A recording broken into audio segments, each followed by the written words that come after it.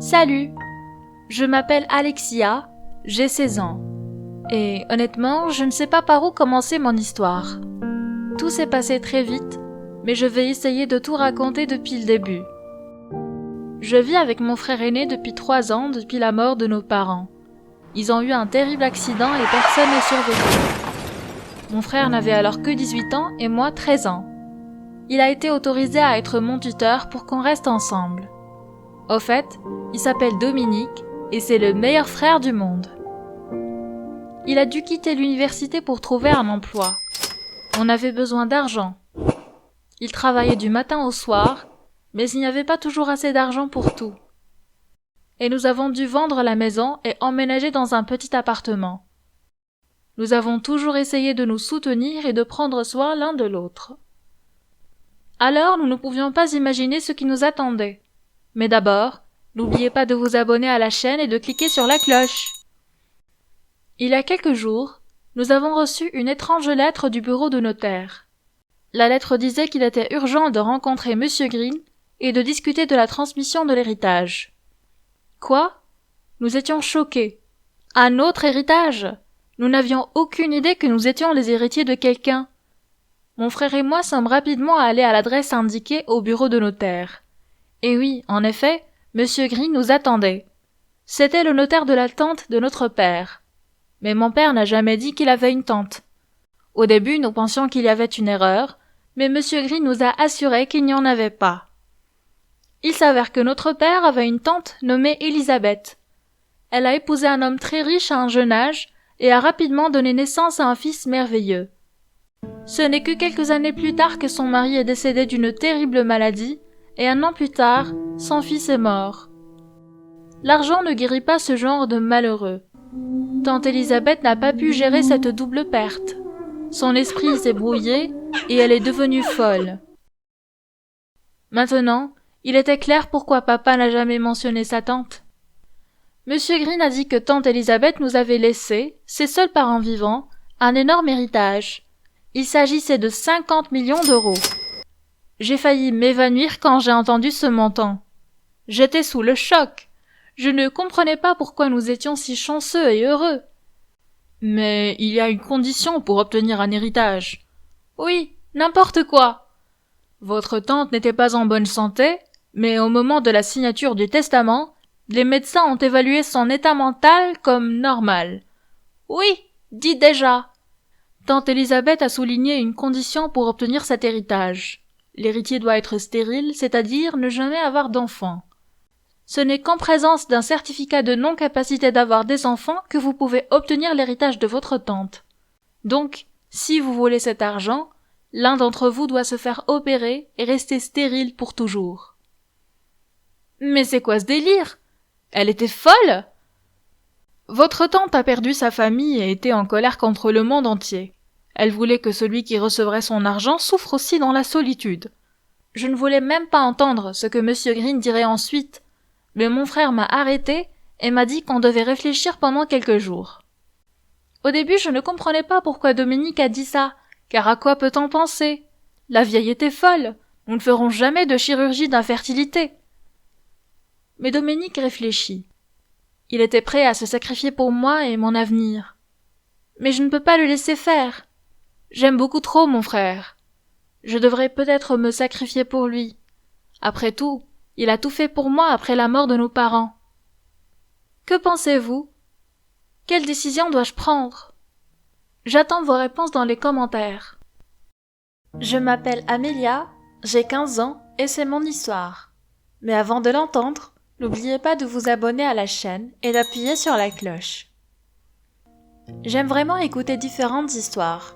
Et quand j'étais enfant, ma grand-mère me racontait souvent des contes de fées, des légendes et même des histoires effrayantes. Mais ce sont des histoires inhabituelles. Ma grand-mère est originaire de Russie et elle connaissait donc beaucoup de contes de fées russes et d'histoires effrayantes. Enfant, j'adorais les écouter et je croyais en toutes les créatures fabuleuses dont elle me parlait. En grandissant, j'ai réalisé que toutes ces histoires n'étaient pas réelles. Elles ont été inventées pour amuser ou effrayer les jeunes enfants.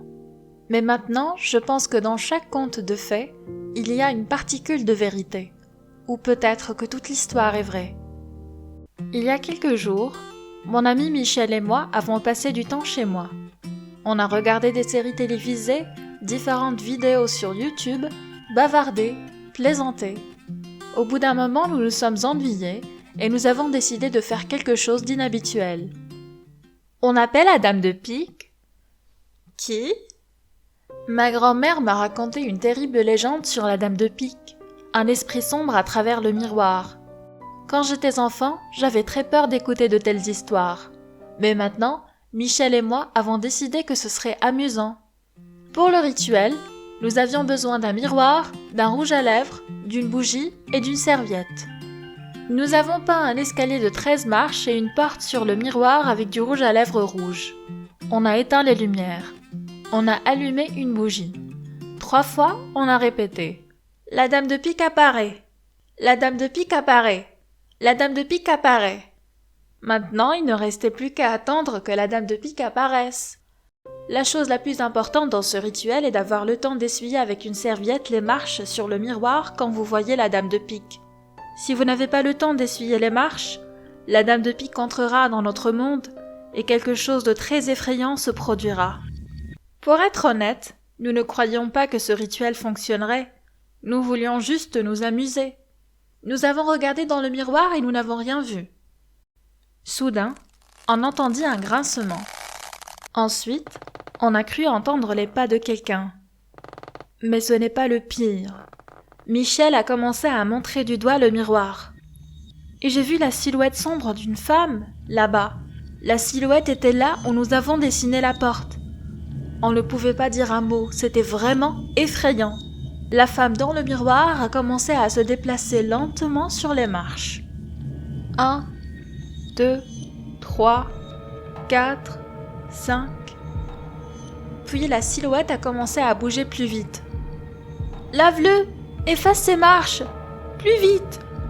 J'ai pris une serviette et j'ai commencé à laver les marches que la dame de pique n'avait pas encore atteintes.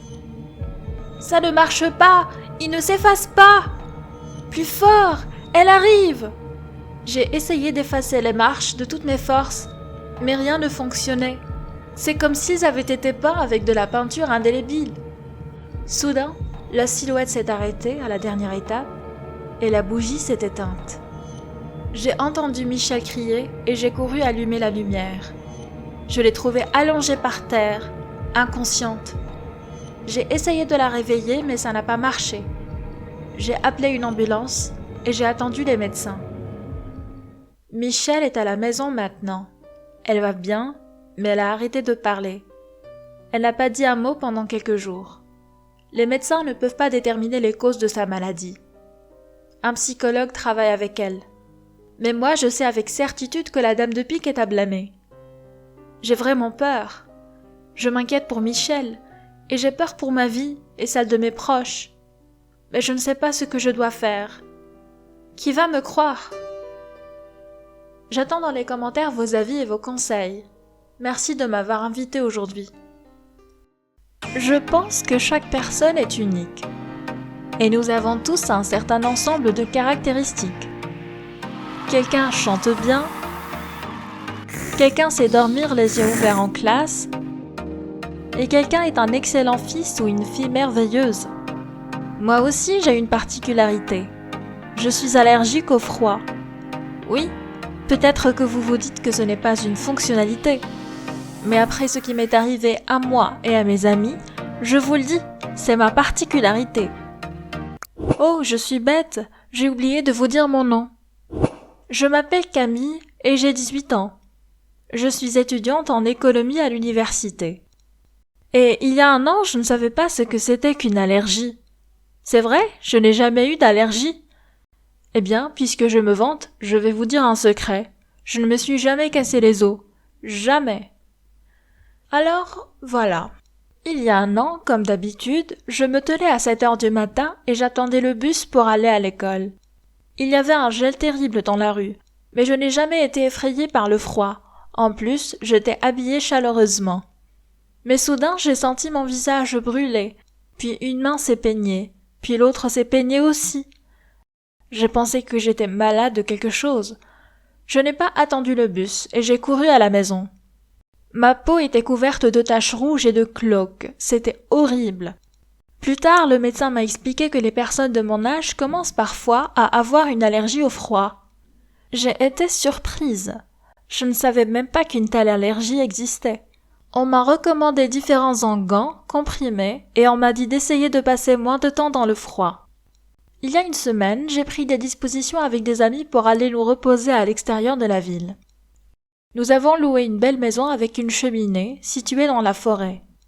Les garçons voulaient skier, et moi, vous savez, à cause de mon allergie, je ne voulais pas skier, mais je voulais vraiment passer du temps avec mes amis. Alors j'ai pris avec moi plus de vêtements chauds, des pilules, de la pommade, et j'y suis allée avec eux. C'était tout simplement incroyable.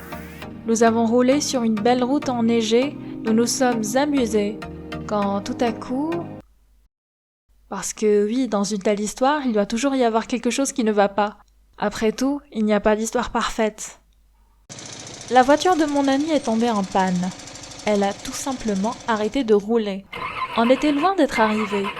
Tout le monde était sous le choc. Et maintenant, qu'est-ce qu'on fait? La maison était encore trop loin, mais il y avait un village à quelques kilomètres. Mais comment allait-on y parvenir? Il a été décidé que les gars iraient à pied au village pour obtenir de l'aide et que je resterais dans la voiture.